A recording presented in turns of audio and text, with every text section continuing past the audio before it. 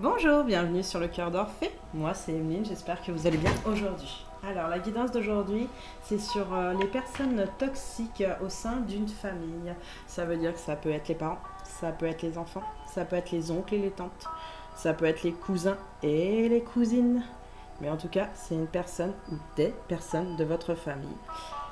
En ce moment, c'est quelque chose qui se génère un peu pas mal, donc j'ai voulu faire justement aujourd'hui une guidance sur ça. Alors moi j'ai quand même tiré trois cartes sur le côté avant de commencer le général au niveau des messages que vous devez entendre et en prendre conscience et relativiser aussi les choses pour prendre du recul. Honnêtement, prendre du recul sur vous-même. Il y en a qui le font depuis un moment de prendre du recul. Il y en a d'autres, ça vient juste de les submerger et ça commence à être lourd. Je sens ça commence à être lourd. Ça commence à être lourd. Donc vous avez le mantra. Le mantra, c'est quoi? Alors c'est des phrases qu'on répète tout simplement, soit en musique, soit soi-même tout simplement, pour en fait vitaliser au niveau de votre corps, de votre esprit, tout simplement. Un mantra peut se définir comme une formule, son, mot ou phrase, que l'on répète plusieurs fois pour en retirer un bienfait physique ou mental. Souvent utilisé dans la philosophie asiatique, il permet à celui qui le récite d'entrer en résonance. En me regardant dans un miroir, je répète ce mantra 3 fois de suite, plusieurs fois par jour. Je suis une bonne personne, j'ai le droit de ne pas être parfait, et je fais toujours de mon mieux, dans le respect et la bienveillance des personnes qui m'entourent. Eh oui. Alors, il y en a qui s'amusent 3 fois de suite à savoir s'il y a le Candyman Show qui est là. Vous pouvez essayer, il n'y a pas de souci si vous avez envie de vous faire peur. Non, je plaisante, c'était une petite boutade pour vous détendre. Des fois, ça fait du bien, vous savez aussi. L'humour aussi fait reculer aussi les choses dans un sens. Mais les mantras que vous vous faites vous-même, bien sûr, parce que c'est pas obligé de une phrase que là je viens de vous donner. C'est genre, oui, aujourd'hui c'est difficile, hein. Mais voilà, moi, j'ai envie de prendre du recul aujourd'hui aussi pour moi, parce que je vois qu'en fait, ça ne me rend pas heureux ou heureuse, tout simplement. Donc aujourd'hui, je vais m'offrir à moi quelque chose qui me plaît réellement, qui me satisfait. Je vais m'offrir des fleurs.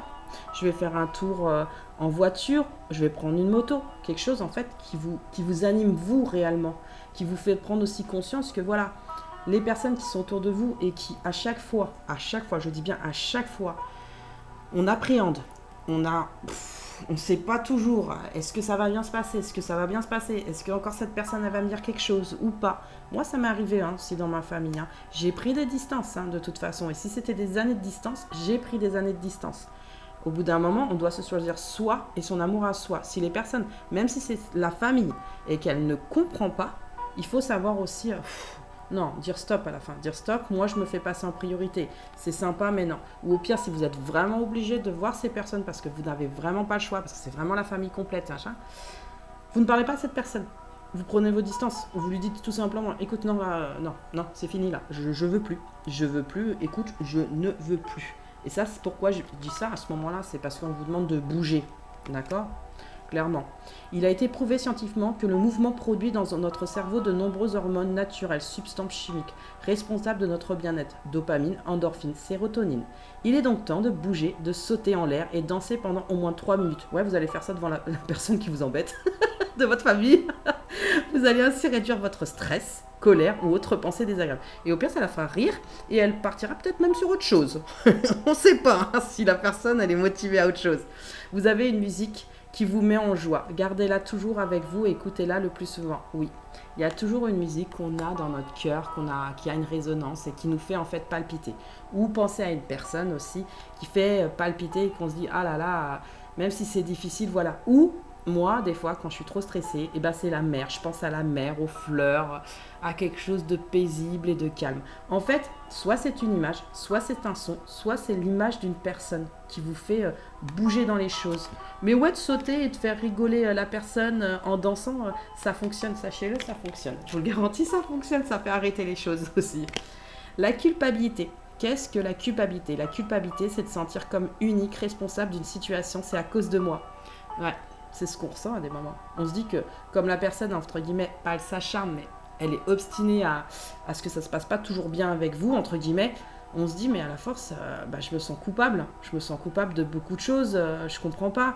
Il y a une sous-estimation de soi, c'est difficile, franchement. À quoi sert la culpabilité? La culpabilité nous signale que nous avons ou pensons avoir mal agi, transgressé nos valeurs ou nos principes moraux. Elle favorise l'empathie et un repère utile entre le bien et le mal.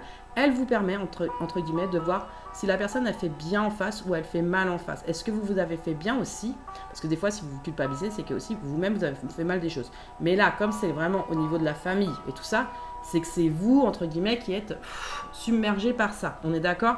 Donc là, en fait, ça vous fait prendre confiance aussi et conscience que oui, ce qui se passe en face, c'est pas bien. Là, c'est pas bien. Oui, j'ai de l'empathie. Bien sûr que mon empathie grandit pour savoir exactement ce qui se passe. Mais mes principes moraux, entre guillemets, non, c'est pas ça. C'est pas ça la vie. Elle donne envie de réparer. Bien sûr, la culpabilité donne envie de réparer les choses. Donc, je vous ai dit, peut-être sauter devant la personne, rigoler devant la personne, ça le ferait peut-être penser à autre chose. Et ça fonctionne, je vous le garantis, ça déstabilise en fait. La personne, elle ne comprend pas en face pourquoi vous réagissez comme ça. En fait, il faut alléger.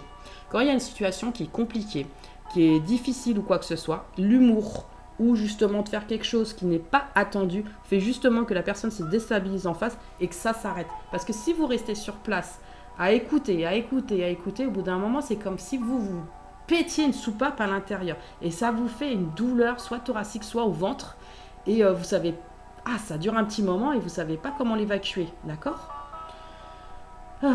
Que je ressens de la culpabilité, je suis tout tendu, j'ai du mal à respirer, je me referme sur moi, j'ai envie de pleurer, j'ai une boule au ventre ou un nœud à la gorge, j'ai envie de m'isoler. Au fond de moi, de quoi ai-je besoin? Vous voyez, quand je le lis, moi je le ressens. De toute façon, la culpabilité, moi je sais ce que c'est. Et je vous le dis, les gens, on est tous passés par là. Mais là, je vous parle vraiment par rapport à votre famille. Il y a des fois, on n'arrive pas à défaire les liens parce qu'on pense que c'est notre famille. Mais il y a des fois où il faut aussi penser à soi parce que là, vous avez envie de pleurer ces derniers temps. Il y en a certains qui se referment sur soi. Il y en a qui ont du mal des fois à la respiration. Il y en a mais ça les rend tendus en permanence, rien que d'y aller en fait. Peut-être à une fête de famille ou à un repas de famille ou simplement de retrouver ces personnes en général dans la famille. Ça stresse. Et même au bout d'un moment, on se demande, avant même d'y aller, est-ce que ça va bien se passer? Est-ce que ça va bien se passer? Est-ce que ça va bien se passer? Est-ce que cette personne, elle va pas me dire ça? Vous voyez, on anticipe même. On anticipe les choses. Ça devient trop stressant.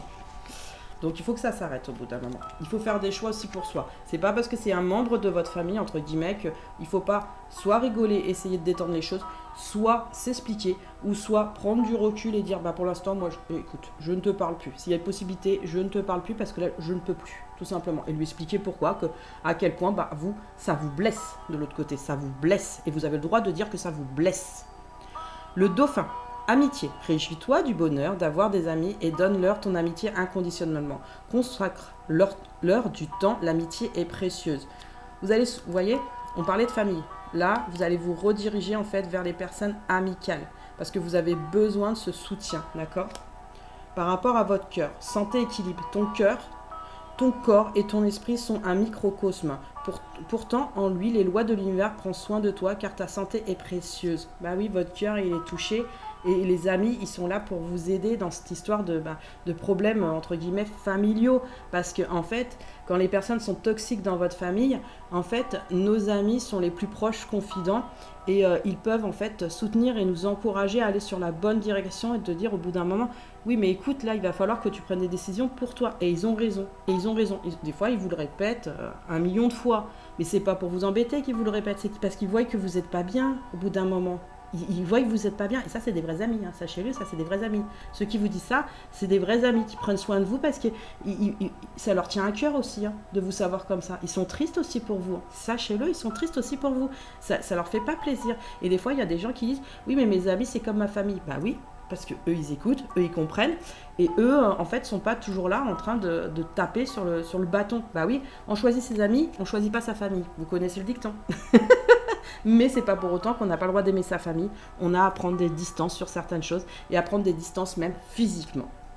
La lune, intuition, brillante et romantique, noire et mystérieux, la lune t'invite à épouser tes parts d'ombre et de lumière. Ton intuition et ta sensibilité te rendent d'humeur changeante car tu vois le monde différemment. Accepte-toi, donne-toi de la douceur et utilise tes dons pour avancer sincèrement. Là, on vous dit clairement, que tu as des facultés, tu as une bonne intuition. Bien sûr que l'ombre et la lumière, elle est toujours là. Mais tu n'aimes pas l'ombre. Personne n'aime l'ombre, hein, je vous le dis honnêtement. Mais on a besoin de voir l'ombre justement pour retrouver la lumière et ça a toujours été. Mais vous oubliez des fois votre douceur intérieure. C'est comme si ça vous la dégageait. C'est pas méchant quand je dis ça. En fait, vous êtes des personnes douces à la base et vous le savez à l'intérieur. Et c'est ce que vous voulez à la base. Moi, c'est ce que je ressens. Excusez-moi, je suis un peu tonique. Voilà, vous savez ce que vous voulez. Il faut vraiment que voilà, vous retrouviez votre douceur à vous. C'est important. Et c'est ce que vous avez envie aussi de partager avec les autres. C'est pas que ça. C'est pas que d'arrêter de plus parler ou de la frustration ou dire des choses. Mais j'avais pas envie de dire ça. Crotte, à la fin, crotte. Voilà, crotte, parce que je reste poli. C'est ma chaîne. C'est ma chaîne. Parce que moi, je préfère être poli. L'iceberg, obstacle, secret. Un obstacle physique ou psychologique te barre le chemin. On te le dit bien là. Des choses te sont cachées. Suis ton instinct, fais-toi confiance et examine la situation sous tous les angles avec circonspection. Oui, là, tu sens qu'il y a un obstacle par rapport à ton parcours de vie. Prends-en confiance. Confiance, mais ça continue, hein. Confiance, hein. Conscience aujourd'hui qu'il faut suivre ton instinct. Fais-toi confiance et examine vraiment la situation. Cette personne, elle te casse les bonbons, ou les personnes te cassent les bonbons, tu prends de la distance. Ça va te faire du bien. Ça va te faire du bien. L'automne, récolte. Tu récoltes ce que tu as semé et tu te préparas à un repos bien mérité.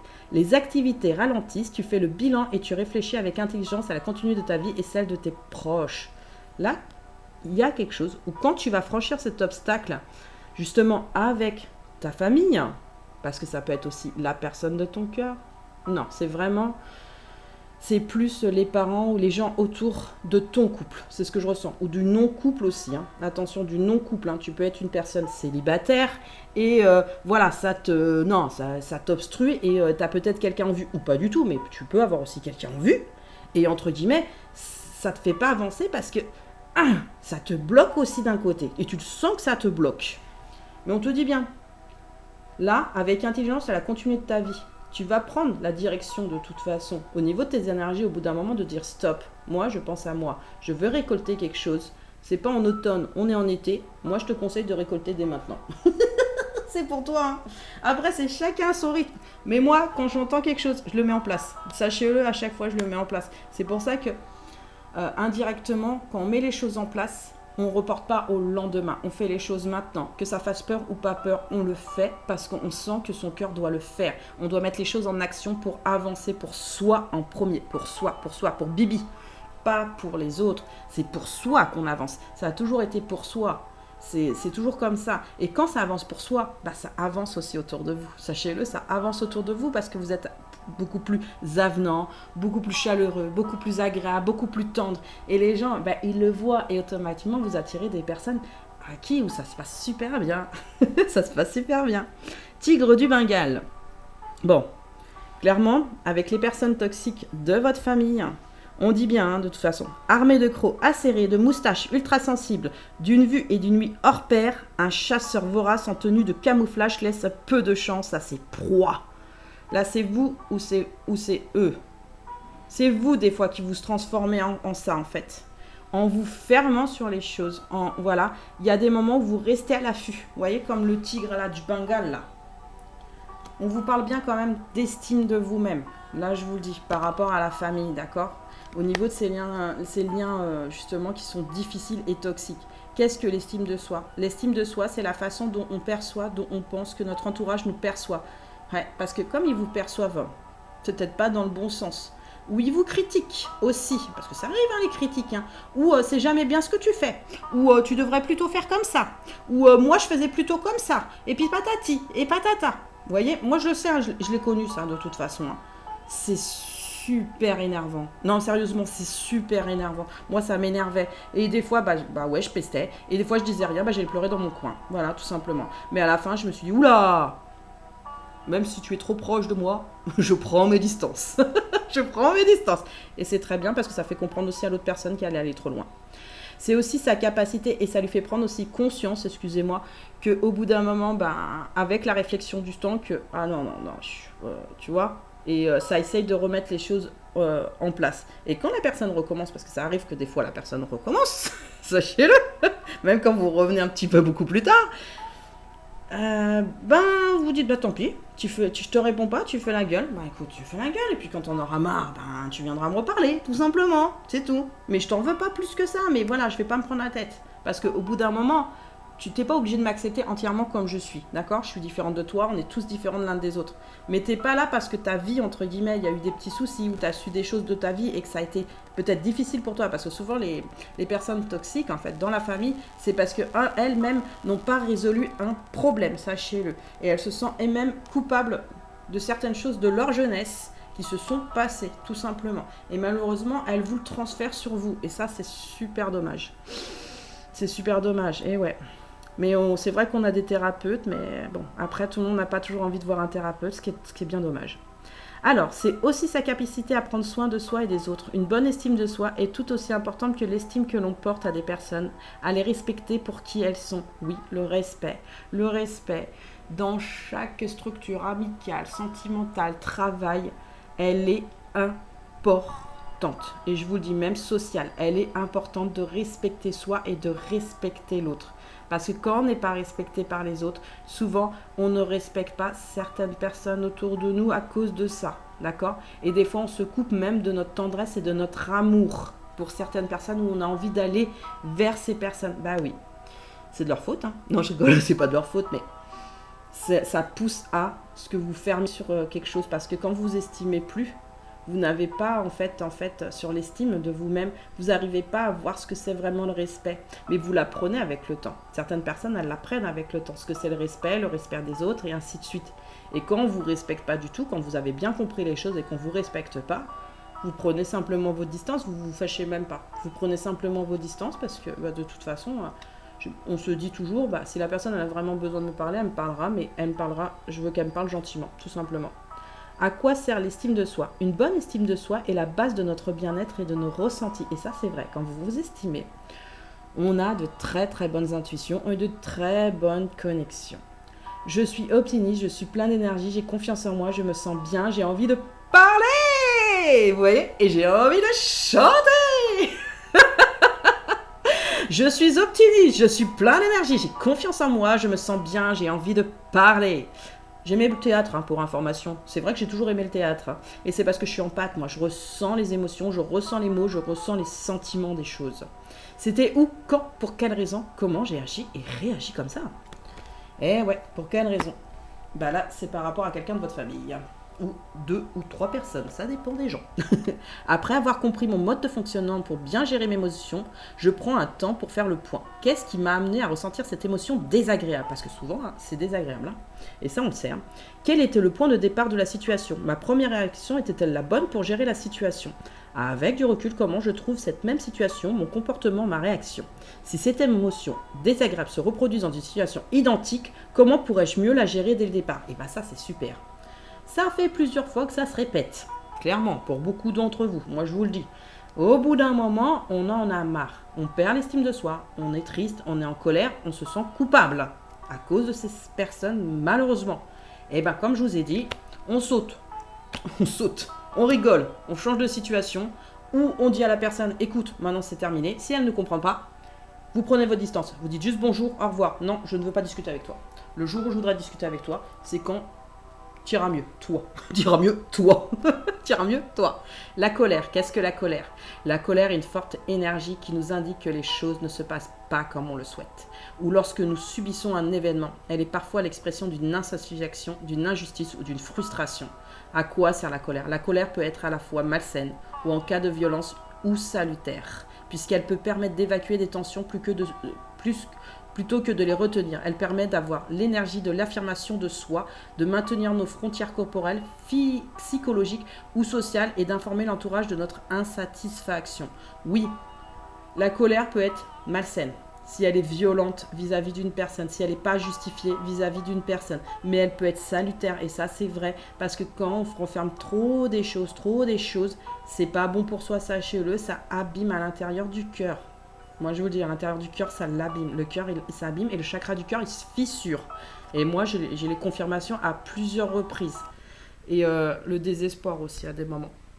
Là, tu t'arrêtes toujours tout seul, le téléphone. On se demande pourquoi. Tu m'aimes pas? Non, je rigole, je plaisante. Non, il est fatigué. Il y a trop d'énergie toujours autour de moi. C'est comme d'habitude. Moi, les lampes, elles vacillent des fois avec moi. Ou les micros, les machins. Bon, c'est normal, je suis une pile électrique. Je suis tout tendu. J'ai des dents serrées. J'ai envie de crier, hurler. J'ai envie de pleurer. J'ai envie de taper. J'ai une vague d'énergie qui m'envahit au fond de moi. De quoi ai-je besoin? Bah déjà qu'on vous écoute. Que vous détendiez, que vous respiriez. Vraiment, mais vraiment respirez, prenez ce temps de recul, même respirer 5-10 minutes à côté. Ça s'appelle la respiration au carré. En position assise debout ou allongée, je pose mes mains sur mon ventre. Je prends une grande inspiration par le nez sur 4 secondes et mon ventre se gonfle. Je retiens l'air, poumon plein sur 4 secondes. J'expire la bouche sur 4 secondes pour dégonfler mon ventre en l'accompagnant délicatement avec ma main. Je reste poumon vide sur 4 secondes et je recommence 3 fois. Je prends conscience de mon ventre qui se dégonfle et se dégonfle au rythme lent de ma respiration. Moi, c'est ce que je fais souvent. Quand je suis en colère, je dis à la personne, attends, stop, 2 secondes, s'il te plaît. Je vais prendre... En fait, je dis que je vais fumer une clope, mais c'est pas vraiment vrai. Je vais dehors et puis je respire, je me détends. J'inspire bien, j'expire bien. Et je me dis, Emeline, ça va aller, détends-toi. Qu'est-ce qu'on t'a dit exactement? Voilà. Comment tu dois l'analyser? Ok. Maintenant, c'est bon, t'as compris. Tu peux repartir, tu vas tranquille. Voilà, tout simplement. C'est comme ça que moi je fonctionne et ça fonctionne avec tout le monde, sachez-le.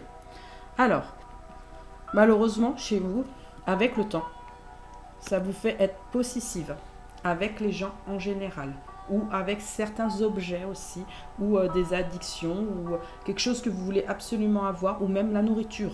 Désolée, mais ça arrive. Hein. Quand on vous fait ça, par frustration, par colère, par sous-estime de soi, vous mangez. Beaucoup. Vous ne comprenez pas pourquoi vous mangez vos sentiments. Vous achetez des choses compulsives. Vous, peut-être, vous buvez. Ça dépend des gens. Vous fumez parce que cigarette sur cigarette parce que vous êtes stressé. Mais ça stresse encore plus la cigarette. Mais vous sentez que là, j'ai besoin d'air. Mais vous respirez pas le bon air. Et vous en prenez conscience en disant, ah non, c'est pas bon, c'est pas bon, c'est pas bon. Et puis en fait, c'est un état de stress permanent. Qui fait que vous êtes possessive par rapport peut-être même à la personne d'en face. Ça, c'est tout à fait possible. Dans la personne de votre cœur, vous pouvez être possessive parce que comme vous manquez de confiance en vous, vous voulez absolument que la personne, elle soit à vous. Et vous ne comprenez pas pourquoi c'est pas comme ça l'amour et vous le savez au fond de vous, c'est pas ça l'amour. Être possessive, c'est pas ça l'amour et moi-même je le sais. C'est aussi aimer l'autre pour être ce qu'il est, tout simplement.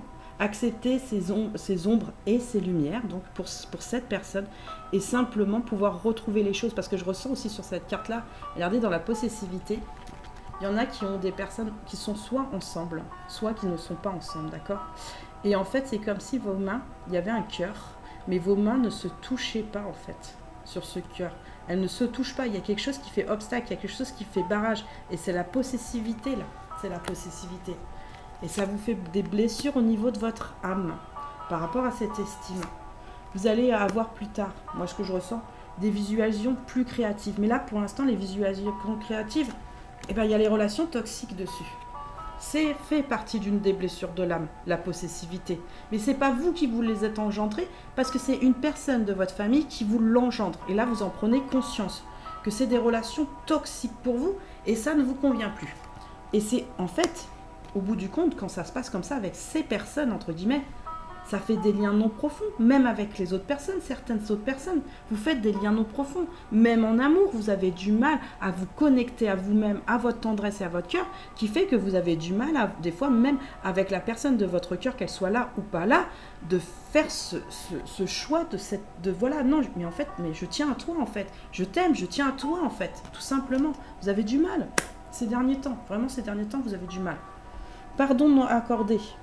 C'est à vous que vous accordez pas ce pardon.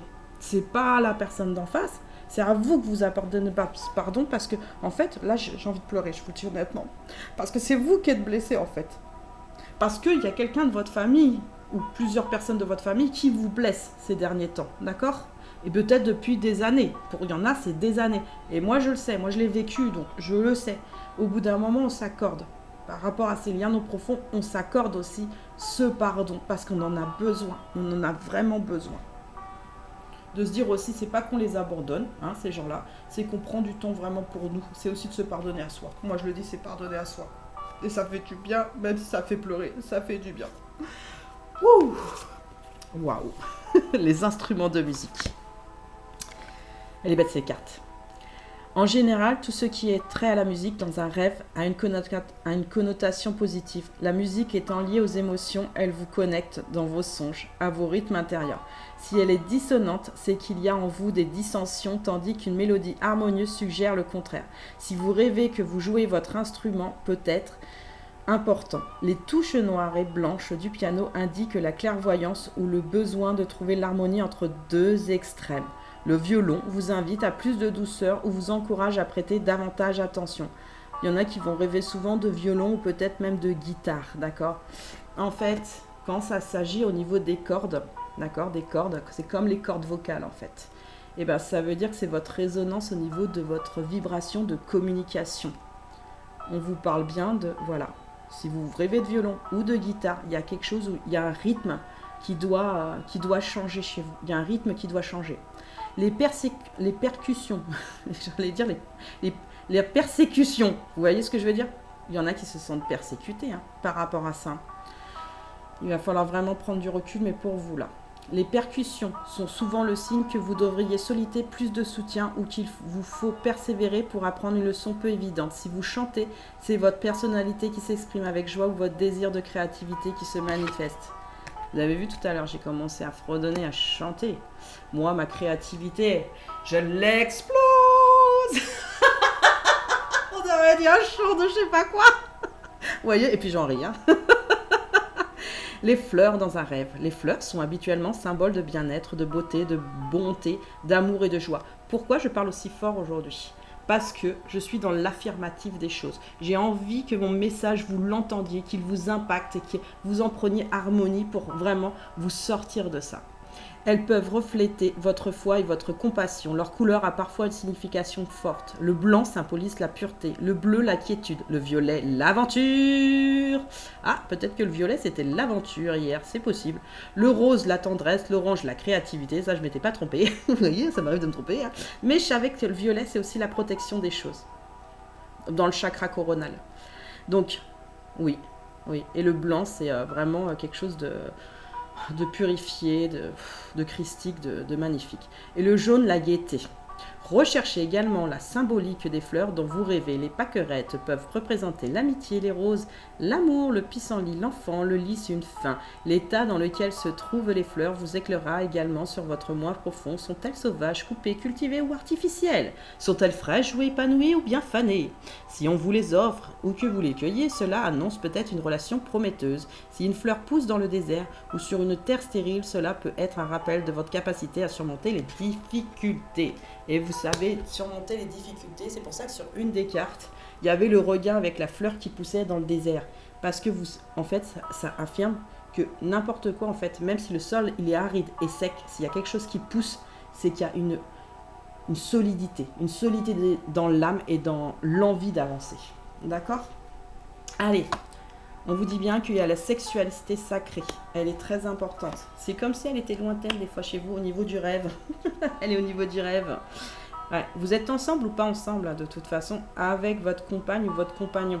Ou vous êtes célibataire aussi. Il y a la sexualité sacrée en ce moment. Vous en rêvez. Vous en avez envie. Vous allez vous ouvrir au changement. Pour ça, vous allez vous ouvrir sur vous-même parce que votre rêve, j'entends bien, votre rêve, il est important pour aller sur l'amour de vous-même. On dit bien que vous allez libérer votre créativité parce que ces derniers temps, à cause de ça, entre guillemets, vous étiez en procrastination. Mais sur cette procrastination, on vous dit bien qu'il y a l'essor du phénix. Ça veut dire remontée énergétique par rapport à une compréhension d'une tristesse. Wouhouhou! Allez, on y va.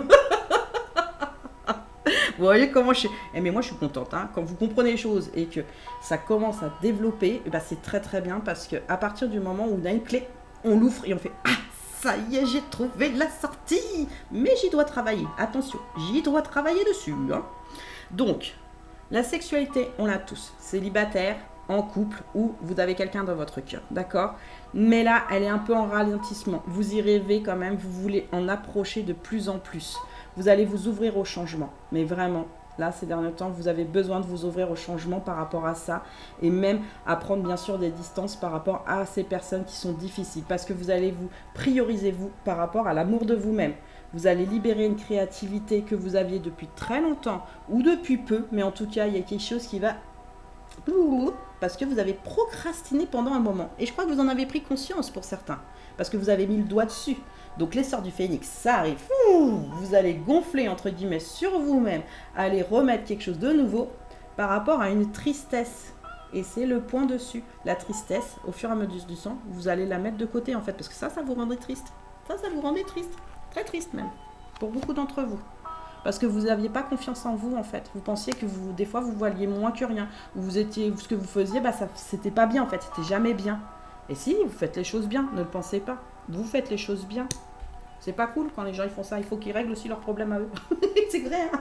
Mais bon, apparemment, on apprend tous ensemble. L'union fait la force. Et c'est comme ça qu'on fait l'apprentissage des choses. C'est aussi à se libérer des schémas qui ne nous conviennent plus ou des schémas de tristesse qu'on ne veut plus dans notre vie. Alors, on va voyager pour ça. Et on va se former sur l'amour de soi. On va séparer au niveau de la créativité. Ah, on sépare la créativité parce qu'on a des secrets de famille. Tititi. On vous dit bien qu'il y a des promotions. Moi, je pense qu'il y en a qui vont parler à certaines personnes de leur famille, donc déjà à des amis. Vous allez vous séparer de ces personnes dans le sens soit physiquement, soit leur dire clairement les choses dans la créativité parce que c'était trop lourd et trop pesant. Et on vous dit bien que c'est une promotion, que vous avez trouvé la clé. Ah là là là là là, par rapport à une tristesse qui était toujours là et qui était toujours chiante. Qui était toujours là et qui était toujours chiante. Donc voilà.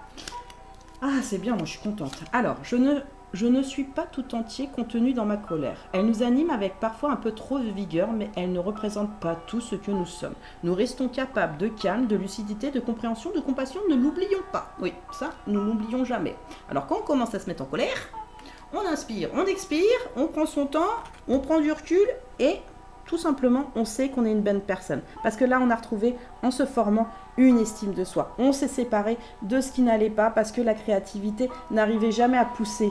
Mais là, elle va pousser par rapport à révéler les choses qu'il y a à révéler. Soit à soi-même, soit aux personnes d'en face. Soit aussi avec des amis qui vous ont dit « va dire ça tout simplement aujourd'hui ». Et ces personnes, elles ont raison. Ces personnes, elles ont raison parce qu'elles vous aiment, elles veulent votre bien.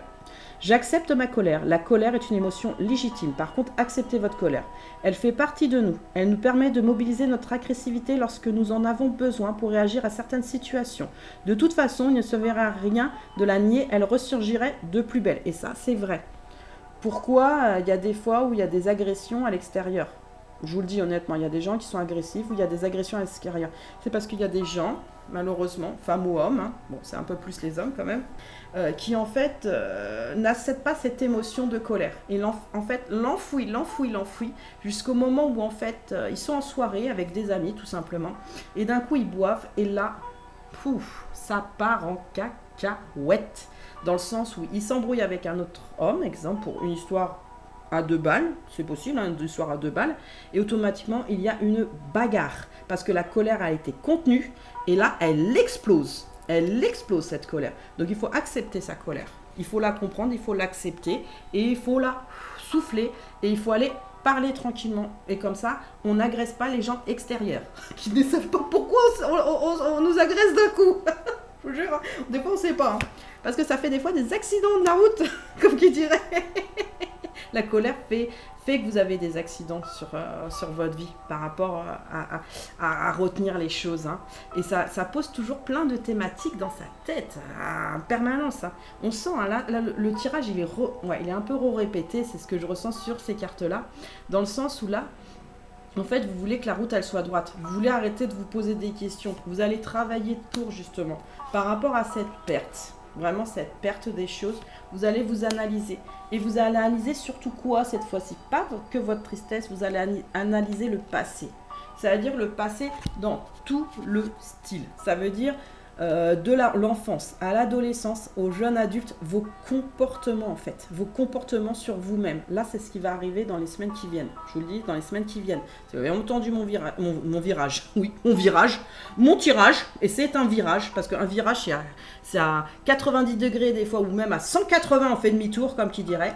Et bien là, vous allez comprendre de rétrospecter votre passé pour retrouver de la tendresse. Parce que vous avez oublié des choses, sur vous-même surtout. Et qu'en fait, non, j'ai appris, j'ai compris. Là, j'ai compris certaines choses. Je sais ce que j'ai perdu aujourd'hui. J'ai peut-être perdu des gens que j'aimais.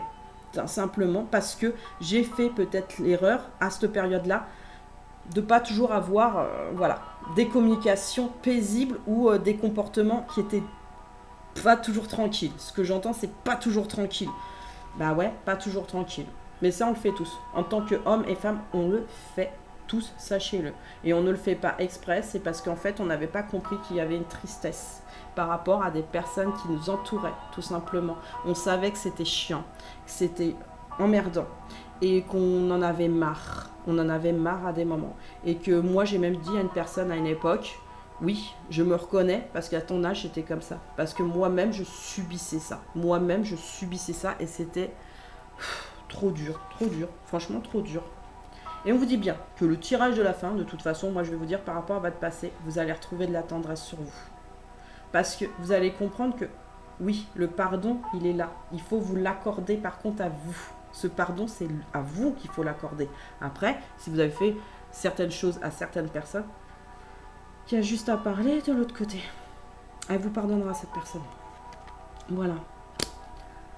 La carte suivante.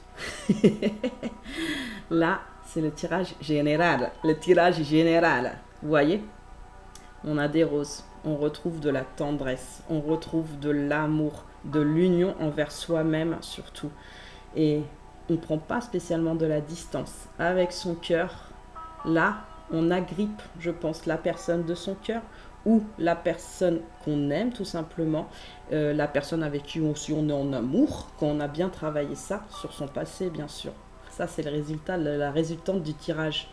Là les choses, elles se génèrent dans quelque chose de beaucoup plus aéré, de beaucoup plus épanoui, la nature, les roses, la senteur, le bien-être, la paix chez vous et l'union avec d'autres personnes.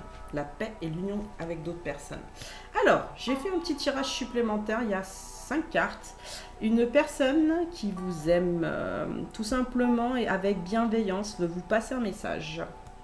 Donc elle vous dit que vous allez voyager sur ça. Par rapport à un couple sacré, ça veut dire tout simplement à vous remettre en amour avec vous-même, mais sûrement avec une autre personne.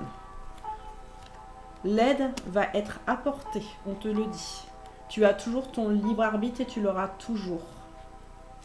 Par rapport à des masques que tu ne comprenais pas toujours, par rapport à des masques de tristesse et d'incompréhension à des moments. Tu vas être sur la gratitude des choses.